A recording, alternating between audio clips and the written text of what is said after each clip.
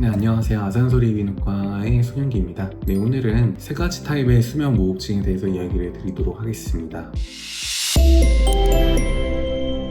먼저 수면 무호흡증에는 세 가지 유형이 있는데, 첫 번째가 폐쇄성 수면 무호흡증, 두 번째는 중추성 수면 무호흡증, 세 번째는 이것들을 섞은 복합성 수면 무호흡증입니다. 자, 일반적으로 수면에 대해서 이야기를 해보면 수면에서는 양도 중요하지만 질도 매우 중요합니다. 심지어 8시간 수면을 충분히 취해도 충분한 휴식을 취하지 못한 느낌을 받는 경우가 다반사인데, 수면의 중요한 단계에 도달하지 못하게 되면 이런 문제가 일어납니다. 자, 그렇다면 수면 무호흡증이 이런 수면의 질과 어떤 관련이 있을지 확인해보면, 수면 무호흡증을 가지고 있으면 수면의 질은 떨어지고 충분한 양의 수면도 확보되지 않습니다. 또한 수면 무호흡증이 있을 때 몸이 수면의 특정 단계에 도달하지 못하여서 회복에 필요한 역할을 전혀 수행하지 못하게 됩니다. 자, 이러한 수면 무호흡증 진단을 위해서는 우리가 수면 다원 검사라는 걸 시행하게 됩니다. 쉽게 설명해서 병원에서 이제 하룻밤 잠을 자면서 검사하는 동안 수면 중인 환자분이 호흡 중단으로 고통받는 횟수를 시간당 측정하게 됩니다. 이것을 무호흡 저호흡 지수 AHI라고 부르게 되고, 경증과 증증 그리고 중등도로 수면 무호흡증을 나누는 기준이 됩니다. 가벼운 수면 무호흡증은 이 AHI 점수가 5점에서 15점 사이인 경우, 그리고 중등도인 경우는 15점에서 30점인 경우, 중증인 경우는 30점 이상인 경우입니다.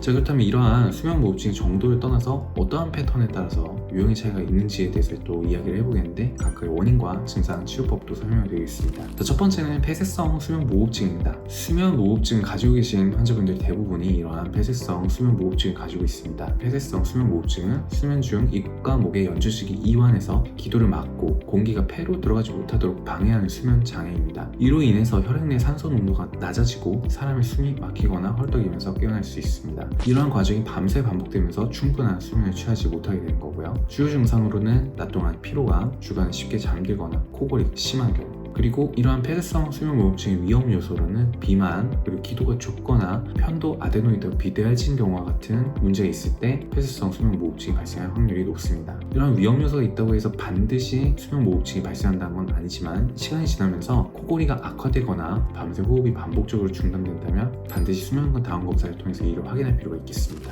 자, 그리고 폐쇄성 수면 무호흡증 치료 방법입니다. 가장 일반적으로 권유되는 치료법은 CPAP이라고 부르는 기도의 양압기를 통해서 양압을 가해 기도를 열어주는 방식입니다. 양압기 기기를 통해서 마스크에 지속적인 공기흐름을 만들어주고, 이런 지속적인 공기 압력이 기도를 열어주고 호흡 기능 정상 수준을 유지해서 수면 중에 더 쉽게 호흡할 수 있도록 만들어주는 겁니다. CPAP요법을 정기적으로 사용하면 수면 무호흡의 합병증을 크게 줄이고 수면을 취해서 전반적인 건강도 개선이 됩니다. 그리고 수술은 다른 치료법이 실패한 경우, 특히나 목이 좁다거나 편도나 아데노이드가 비대한 경우에 선택사항이 될 수 있는데, 그 수술의 종류에는 국외수, 국외인두, 성형술, 편도절제술, 상하 전방 이동술 등의 수술을 고려하게 됩니다. 반드시 필요한 경우가 아니라면 아무래도 양압기가 더 안전하고 효과가 좋기 때문에 선 치료로 더 추천이 됩니다. 자, 그 다음에 다음 유형은 중추성 수면 무호흡증입니다. 폐쇄성 수면 무호흡증보다 덜 흔하다고 보시면 되는데, 뇌에서 호흡 신호가 제대로 전달되지 않아서 숨을 쉬지 못하는 겁니다. 폐쇄성 수면 무호흡증과의 차이는 기도가 막히지 않는다는 거고요. 중추성 수면 무호흡증 환자는 뇌가 호흡을 조절하는 근육에 신호를 보내지 못해서 호흡 곤란을 겪습니다. 예를 들어 파킨슨병이나 마약성 진통제를 자주 복용하시는 분,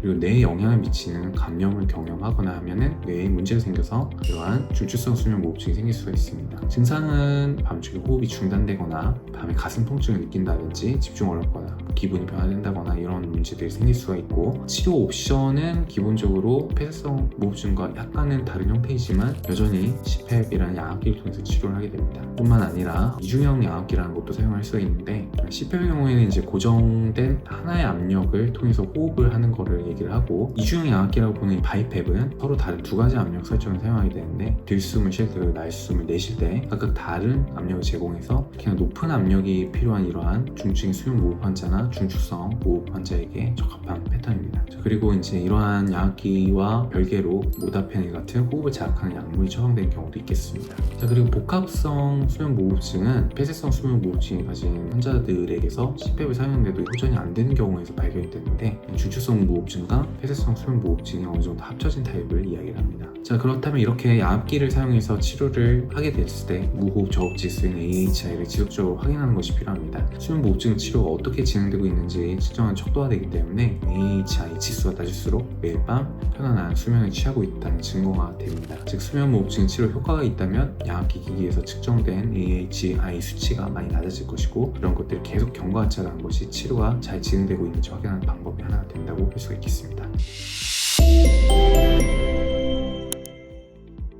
자, 결론적으로 수면무호흡증은 수면 다운 검사 등의 적절한 장비를 통해서 정확한 진단을 내리고 의료적 개입으로 충분히 관리하거나 해결할 수 있는 질환입니다. 또 CPAP, APAP, BiPAP 등 여러 가지 유형의 양압기가 있고 필요할 때는 수술도 고려하게 되는데, 각 유형의 수면무호흡증과 관련된 증상을 경험하셨을 경우엔 전문적인 수면 클리닉에 내원하셔서 진단 및 치료를 받으시는 것이 매우 중요한 요소라고 할 수 있겠습니다. 네, 이상으로 아산소리 예비인후과의 소영기였습니다. 경청해주셔서 감사합니다.